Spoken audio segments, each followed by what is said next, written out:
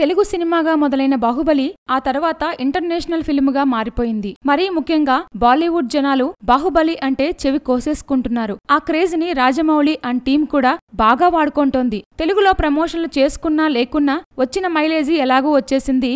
మా సినిమా చూడొద్దు అన్నా సరే ఎగబడి చూస్తారన్న ధీమా రోజురోజుకు పెరిగిపోతుంది. అందుకే తెలుగు మీడియాని ముందు నుంచి చిన్నచూపు చూస్తూనే ఉంది బాహుబలి టీం. ముంబైలో ప్రమోషన్ల కోసం భారీ ఎత్తున టైం కేటాయించిన రాజమౌళి అండ్ టీం తెలుగునాట మాత్రం నిర్లక్ష్యం ప్రదర్శిస్తోంది. ఇప్పుడు ప్రీమియర్ షోలు కూడా అక్కడేనట.